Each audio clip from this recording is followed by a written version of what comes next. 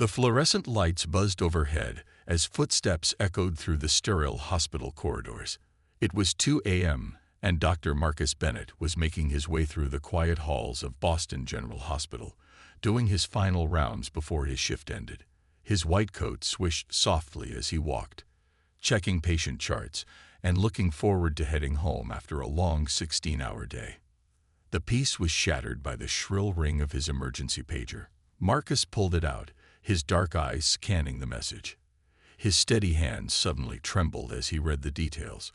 Multiple traumas incoming, one critical patient with severe chest injuries. But it wasn't the nature of the injuries that made his breath catch. It was the patient's name, Emily Parker. The memory hit him like a physical force. 6 months ago, that same name had been on his consultation schedule. He remembered walking into the exam room, clipboard in hand, ready to discuss treatment options for her heart condition. He'd extended his hand in greeting, only to watch her face transform from polite expectation to poorly disguised disgust. "I'd like to see another doctor," she'd said, not even attempting to shake his outstretched hand. A real American doctor. Marcus had stood there, his medical degree from Harvard hanging just visible through the open door behind him, his years of advanced training and countless successful surgeries suddenly meaningless in the face of such raw prejudice. Even after 15 years of practicing medicine, moments like these still had the power to wound. Now, fate had brought Emily Parker back to him under very different circumstances. Marcus broke into a run, his well-worn shoes squeaking against the polished floor as he headed for the emergency department. The double doors burst open as he arrived, revealing organized chaos as nurses and medical staff prepared for the incoming trauma cases. "Dr. Bennett," called out Nancy Chen, the head ER nurse. "Multiple vehicle accident on the highway. 3 incoming, 2 stable, 1 critical. The critical is your patient. Extensive chest trauma, suspected aortic injury. No other cardiosurgeons available tonight." Marcus nodded, pulling on a trauma gown as the ambulance bay doors opened with a whoosh of cold night air.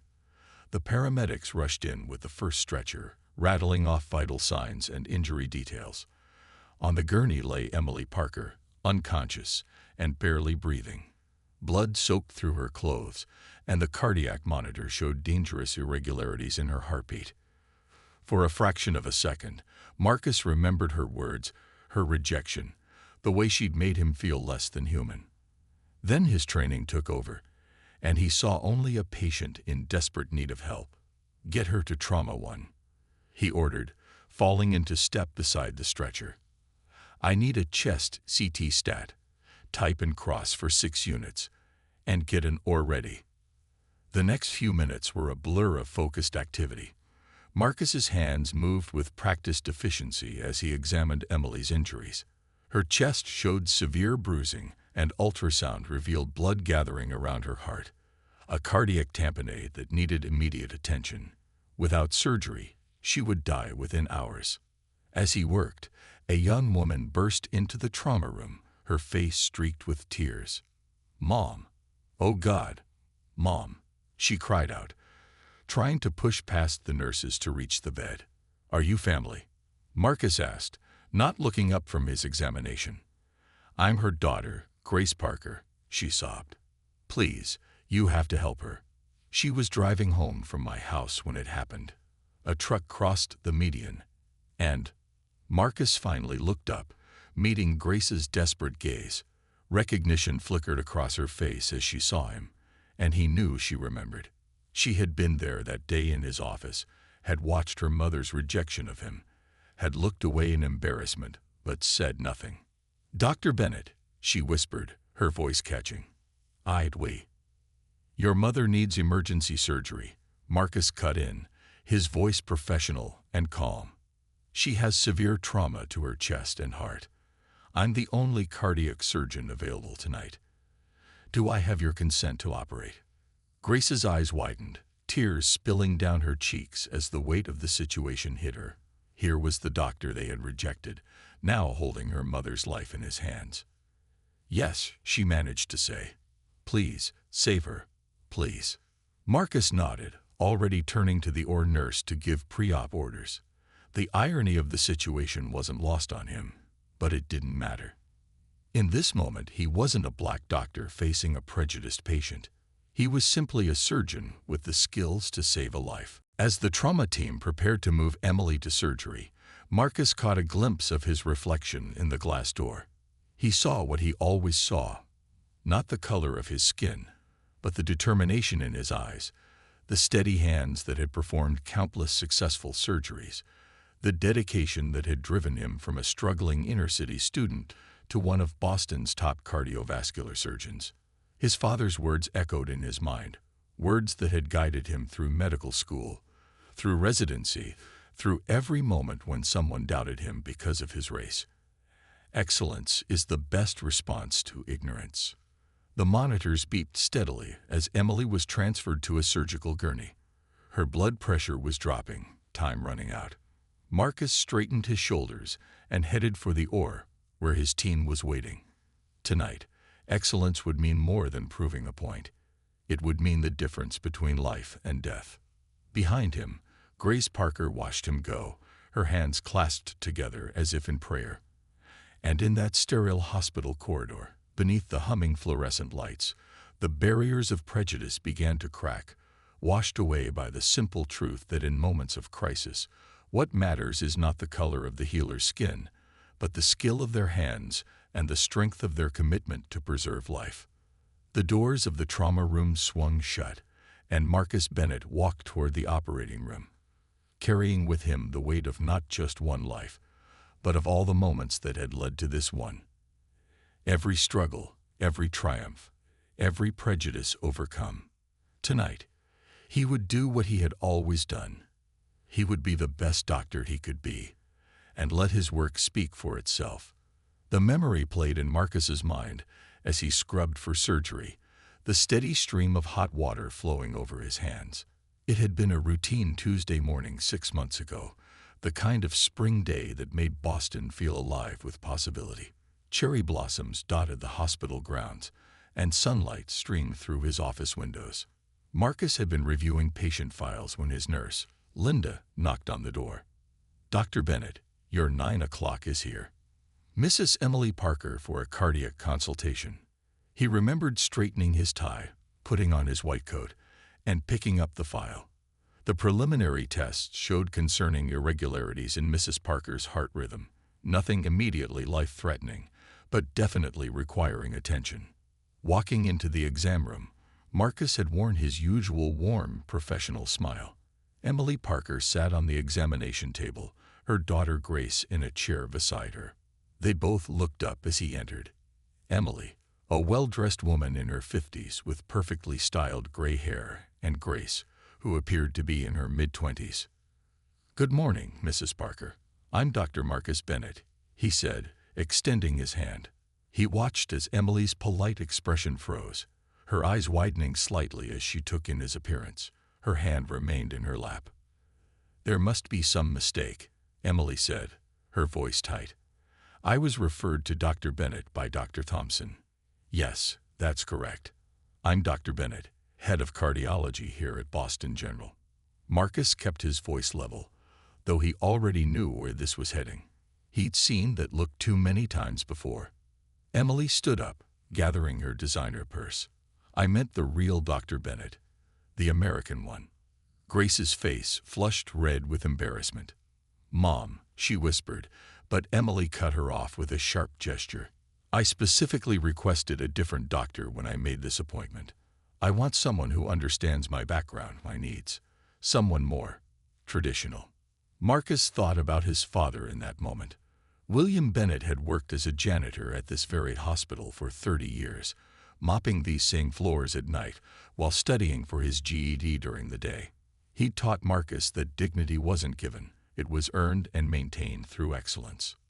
"Mrs. Parker," Marcus said calmly, "I can assure you that I'm fully qualified too." "I want another doctor," Emily interrupted, her voice rising. "I have that right. I'm not comfortable with you." The words hung in the air like poison. Marcus thought of all the similar moments that had led to this one, The high school guidance counselor who'd suggested trade school instead of pre-med, the college admissions officer who'd questioned if his excellent grades were really earned, the patients over the years who'd requested transfers upon seeing his face. He also thought of his mother, Ruth, a nurse who'd worked double shifts to help pay for his college applications. Every time they push you down, she told him, you stand up twice as tall. Grace Parker couldn't meet his eyes as her mother stormed out of the office. She paused at the door, looking like she wanted to say something, but then hurried after her mother without a word. Later that evening, Marcus sat in his father's small but immaculate living room, sharing the story over a cup of coffee. William Bennett, now retired, listened quietly as his son spoke. It still happens, Dad.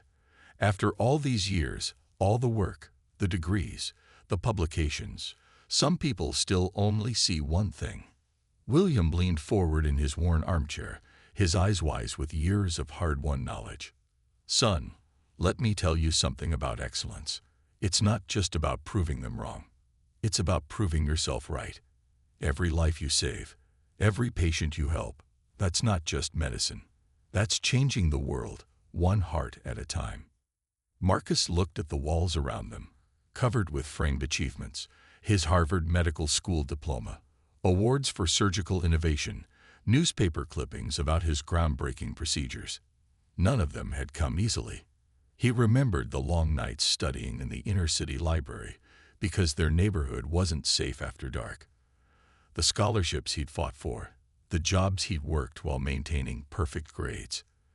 The extra hours he put in during residency, knowing he had to be twice as good to be considered half as worthy. His father had taught him early that excellence wasn't just about personal achievement. It was about breaking down barriers for those who would come after. Every time he performed a successful surgery, every time he taught a new technique to residents, every time he published research, he was helping to change perceptions.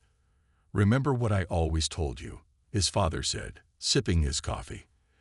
Excellence is the best response to ignorance. Not anger, not bitterness. Excellence. Marcus nodded, feeling the familiar strength of those words.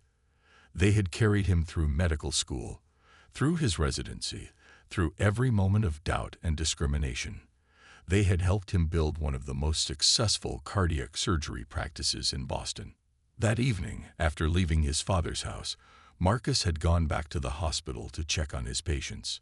In the cardiac ward, he passed by numerous rooms where people of all backgrounds rested and healed because of his skill. Their lives had been extended, their families given more time together, because he had refused to let anyone define his limits. Walking those quiet halls, Marcus made a silent promise to himself and to every future doctor who would face similar barriers. He would continue to excel, to innovate, to heal.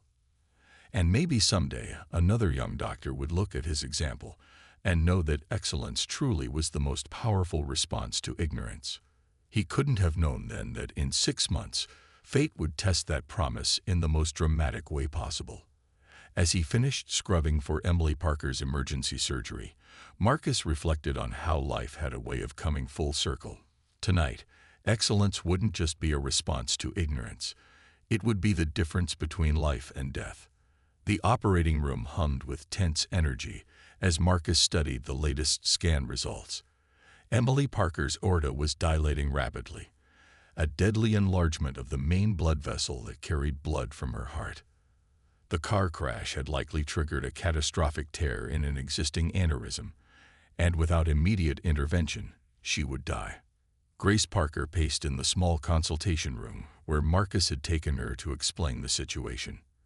Her mascara had left dark tracks down her cheeks, and her hands trembled as she clutched her phone.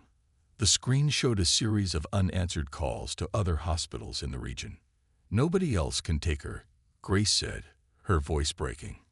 "Mass General is dealing with a major bus accident. Boston Medical Center's cardiac team is in the middle of another emergency surgery. I tried everywhere within reach." Marcus nodded, keeping his voice steady and professional. "The aneurysm is severe, and it's growing. We need to operate immediately to have any chance of saving your mother's life." He spread out the scan images, pointing to the critical areas. The impact from the crash has caused a tear here, and blood is leaking into the surrounding tissue. Grace stared at the images, then looked up at Marcus with red-rimmed eyes. The recognition and shame in her gaze were unmistakable. "Dr. Bennett, about what happened before." "What my mother said." "That's not important right now," Marcus interrupted gently. "What's important is that your mother needs surgery, and I'm here to help." The monitors in the nearby trauma bay suddenly erupted in urgent beeping. Through the window, they could see Emily's blood pressure dropping dangerously low. The nursing staff rushed to stabilize her as Marcus quickly moved toward the door. "Please," Grace called after him, her voice small and desperate. "Please save my mother." Marcus paused for a moment, looking back at her. "I'll do everything I can," he promised, then hurried to begin preparations for surgery. The operating room team moved with practiced efficiency as they prepared for the complex procedure ahead. Marcus had performed countless aortic repairs, but each case was unique, and this one presented particular challenges. The crash had caused additional trauma that complicated the surgical approach. As he worked with the surgical team to position Emily on the operating table, Marcus thought about the path that had led them all here. Life had a strange way of bringing people together, of testing both skill and character in unexpected ways. The anesthesiologist, Dr. Rachel Turner, looked up from her preparations. "BP's still dropping, Marcus. We need to move fast." Marcus nodded, his mind already mapping out the procedure. "We'll need to cool her body temperature to protect her organs while we repair the aorta. Have the heart-lung machine ready." The room filled with the methodical sounds of surgical preparation, monitors beeping, instruments being arranged, the soft whoosh of the ventilator. Through it all, Marcus maintained his focus, mentally reviewing each step of the complex procedure ahead. Linda, his trusted nurse, began the surgical count. Her voice was clear and steady as she documented each instrument, each piece of gauze. She had worked with Marcus for over a decade, and they moved together with the synchronized precision of long practice. "Dr. Bennett," called Dr. Turner, "patient's ready for you." Marcus took his position at the operating table, accepting the scalpel from Linda. The harsh operating room lights illuminated the surgical field as he made the first careful incision. There was no room for thoughts about the past now, no space for anything but the intricate work of saving a life. The next few minutes were crucial. As Marcus worked to access Emily's heart and damaged aorta, the monitoring equipment told the story of her struggling body.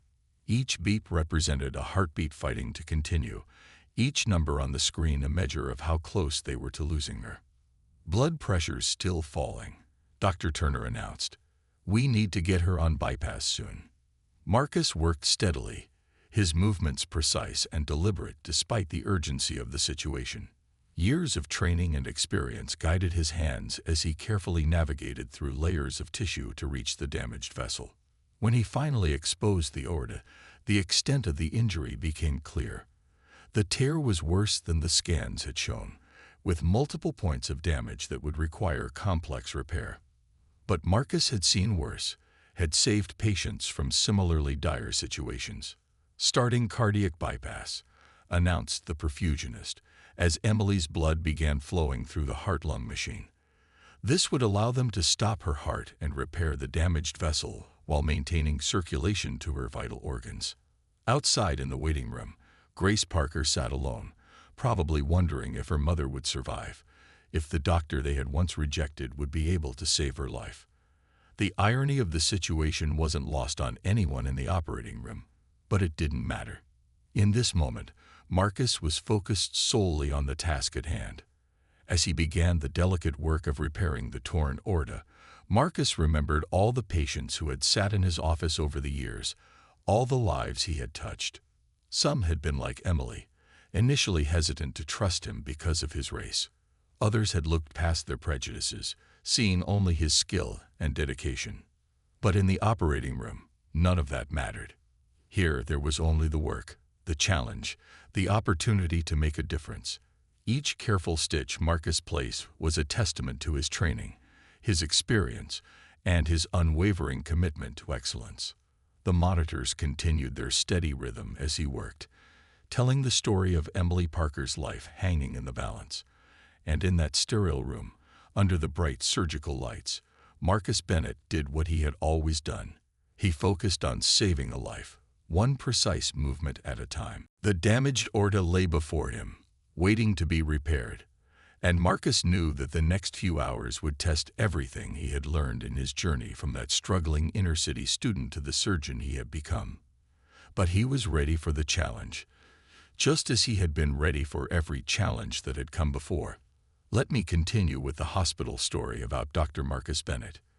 The operating room fell into a focused silence as Marcus began the most critical part of the procedure. 4 hours had passed since they'd first opened Emily Parker's chest, and now they were reaching the moment of truth. The damaged section of her aorta lay exposed under the bright surgical lights, the tear more extensive than they'd initially thought.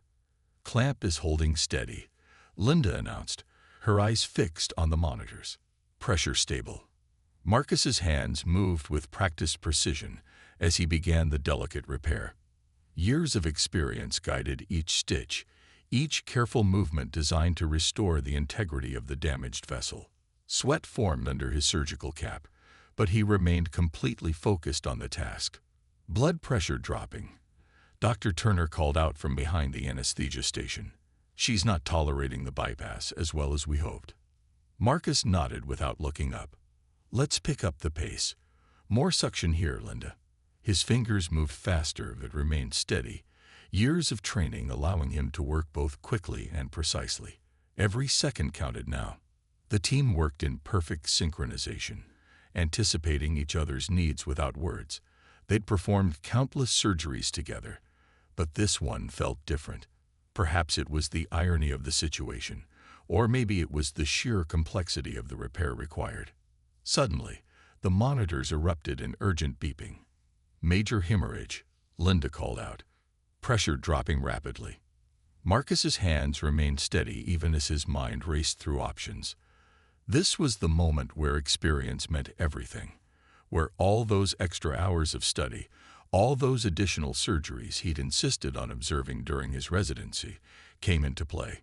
"I can see the secondary tier," he announced, his voice calm despite the crisis.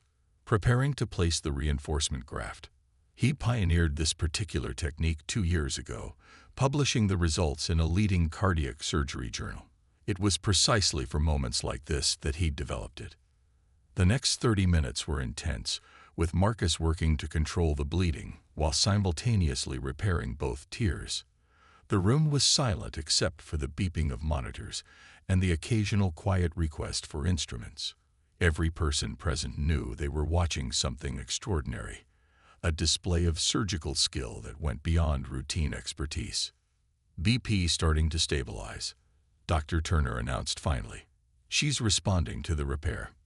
Marcus completed the final crucial stitches, checking and double-checking his work. The repaired aorta now looked almost normal, the grafts blending seamlessly with the native tissue.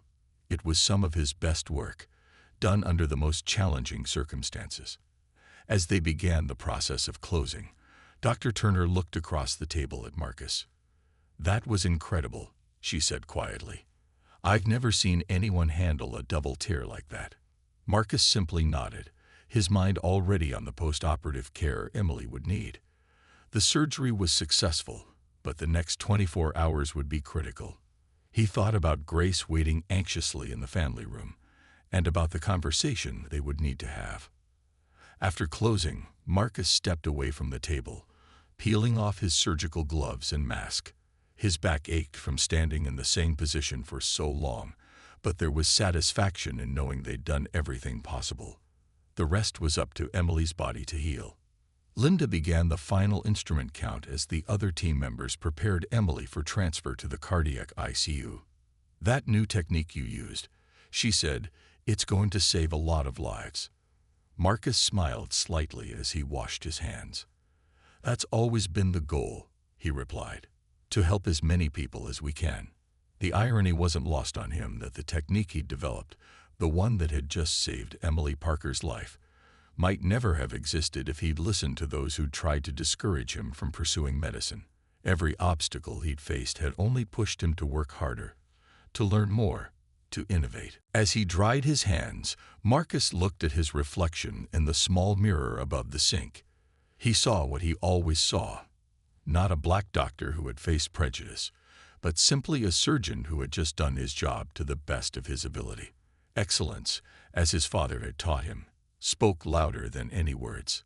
Walking toward the family waiting area, Marcus prepared himself for the conversation with Grace.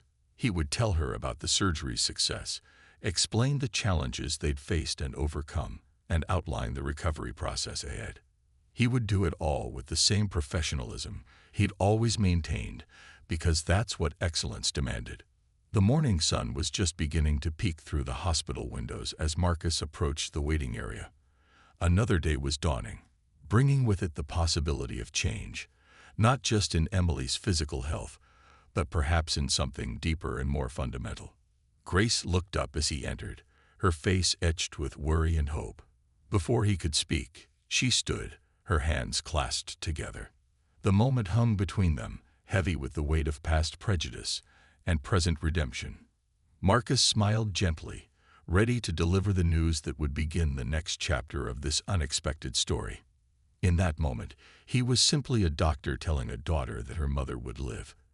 And sometimes, that was the most powerful statement of all. The cardiac intensive care unit was quiet except for the steady beeping of monitors and the soft whoosh of ventilators. 3 days had passed since Emily Parker's surgery, and the morning sun cast gentle shadows through the windows. Grace hadn't left her mother's side, sleeping in the uncomfortable chair beside the bed, waiting for the moment when Emily would finally wake up. Marcus had been checking on Emily every few hours, monitoring her recovery with careful attention. The surgery had been successful, but these first days were crucial. Each time he entered the room, Grace would look up with a mixture of gratitude and lingering shame. It happened during morning rounds. Marcus was reviewing Emily's latest test results when he noticed a change in her breathing pattern. Grace, who had been dozing lightly, suddenly sat up straighter as her mother's fingers twitched in her grasp. "Mom." Grace leaned forward, squeezing her mother's hand. "Mom, can you hear me?" Emily's eyelids fluttered, then slowly opened. For a moment, she seemed confused, her gaze drifting around the unfamiliar room. Then her eyes found Grace's face, and recognition dawned. Marcus stepped closer to check her vital signs, his movements careful and professional. When Emily's gaze shifted to him, he saw the moment she recognized him. Her eyes widened slightly, and her heart monitor showed a brief spike in her pulse. Before Emily could speak, Grace tightened her grip on her mother's hand. "Mom, listen to me," she said, her voice thick with emotion. "You're in the hospital. There was an accident. A bad one. You needed emergency surgery." Emily tried to speak, but her throat was too dry from the breathing tube that had recently been removed. Grace quickly offered her some ice chips, then continued speaking. "Dr. Bennett saved your life, Mom. He was the only cardiac surgeon available at night, and thank God he was here." Grace's voice grew stronger as she spoke. "Your aorta was torn in 2 places. The other hospitals couldn't take you. There wasn't time to transfer you anywhere else. Dr. Bennett operated for hours, using a special technique he developed himself. Without him, without his skill," she couldn't finish the sentence.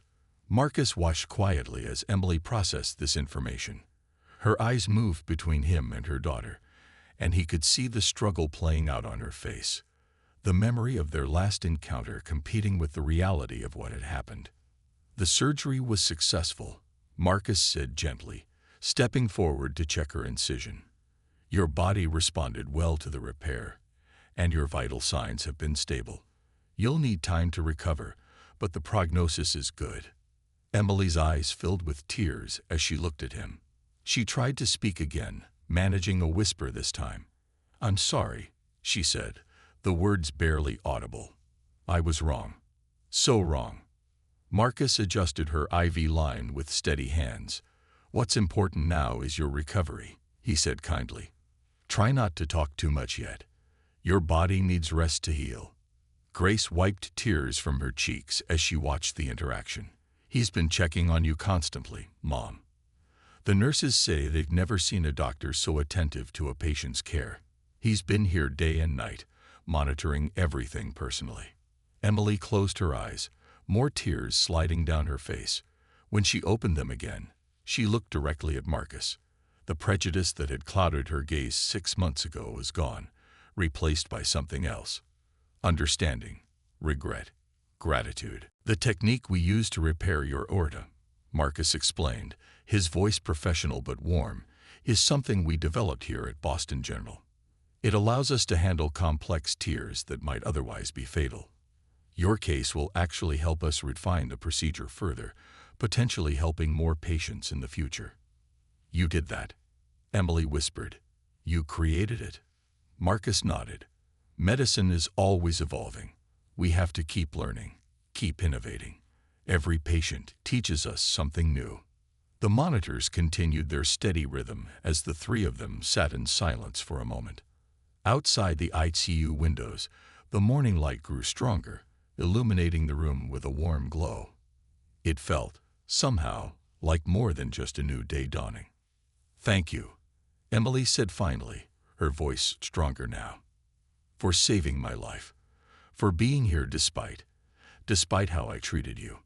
Marcus checked her vital signs one more time, noting with satisfaction that everything looked stable.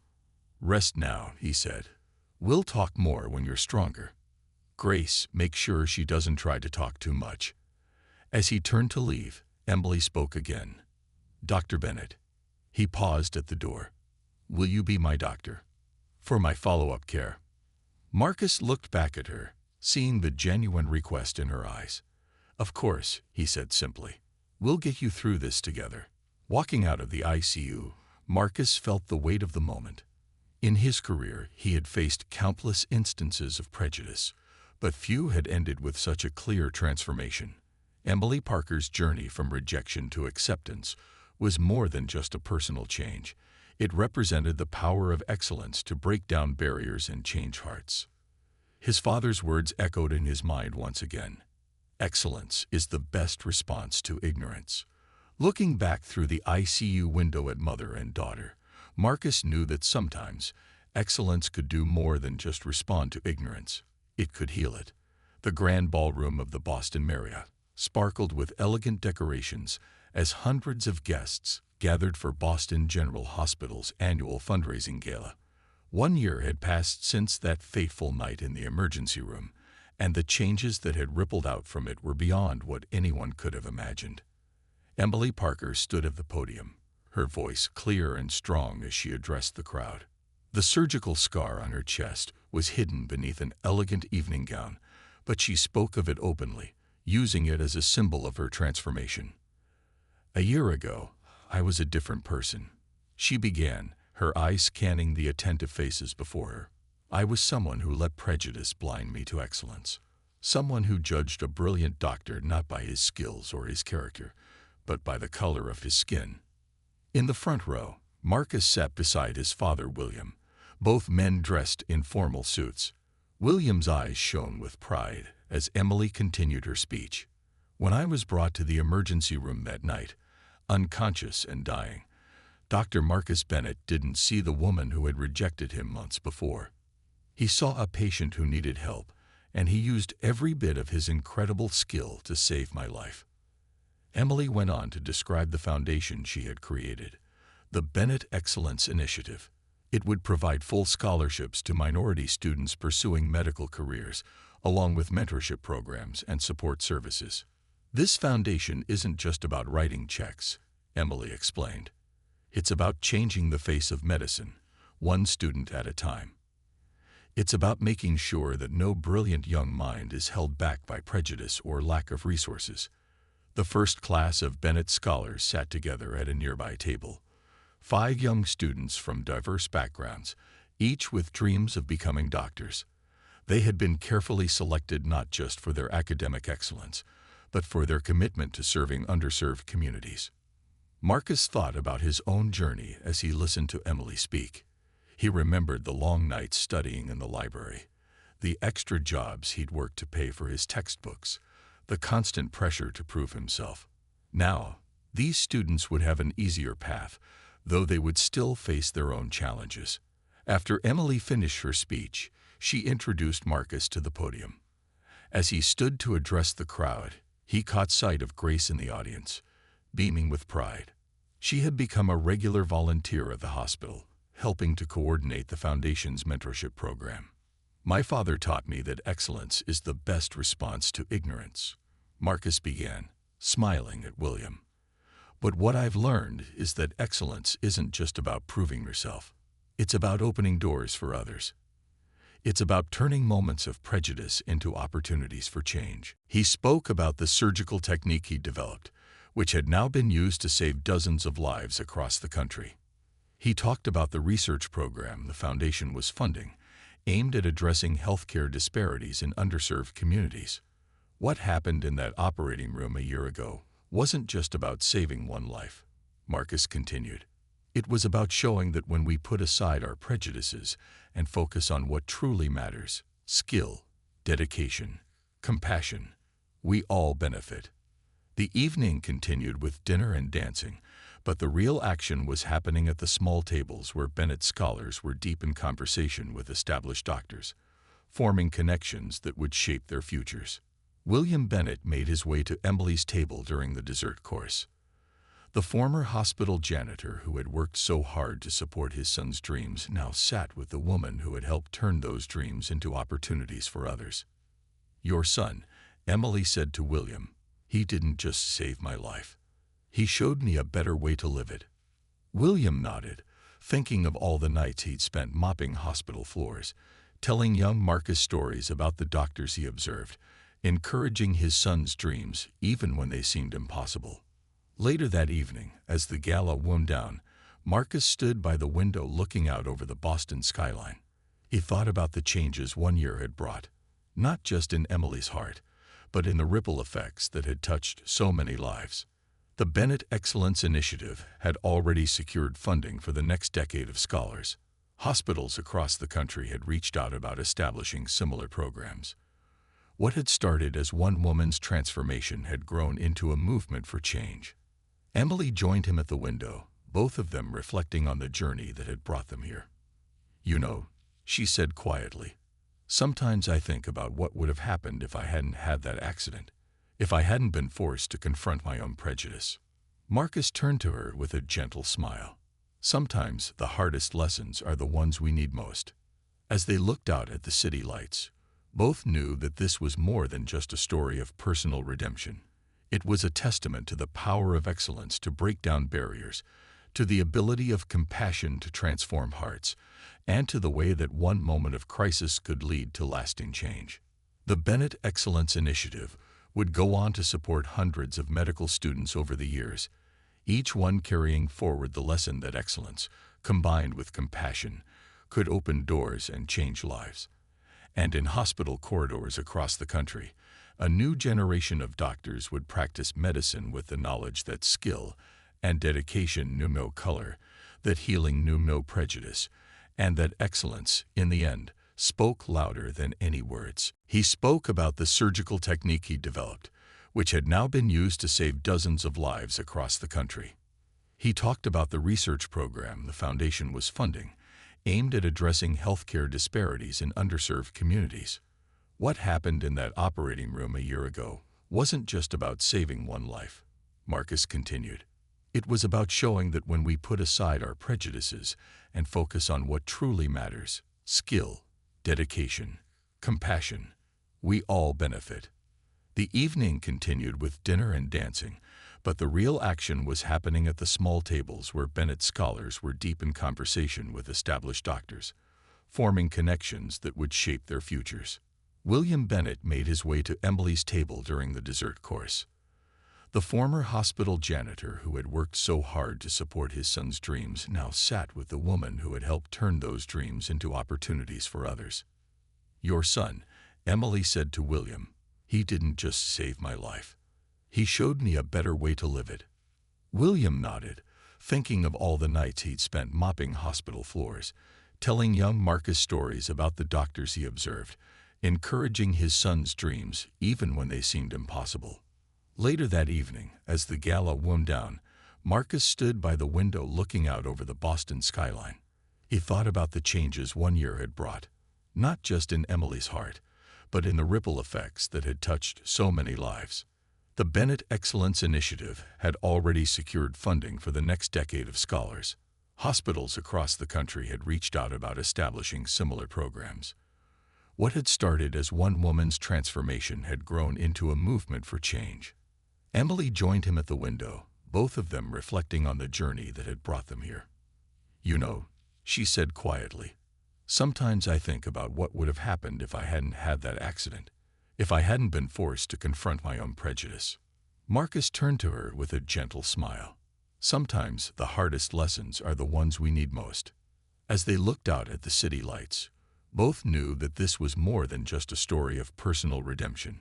It was a testament to the power of excellence to break down barriers, to the ability of compassion to transform hearts, and to the way that one moment of crisis could lead to lasting change.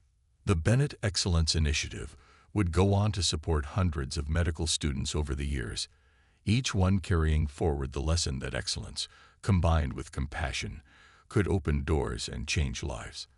And in hospital corridors across the country, a new generation of doctors would practice medicine with the knowledge that skill and dedication knew no color, that healing knew no prejudice, and that excellence, in the end, spoke louder than any words.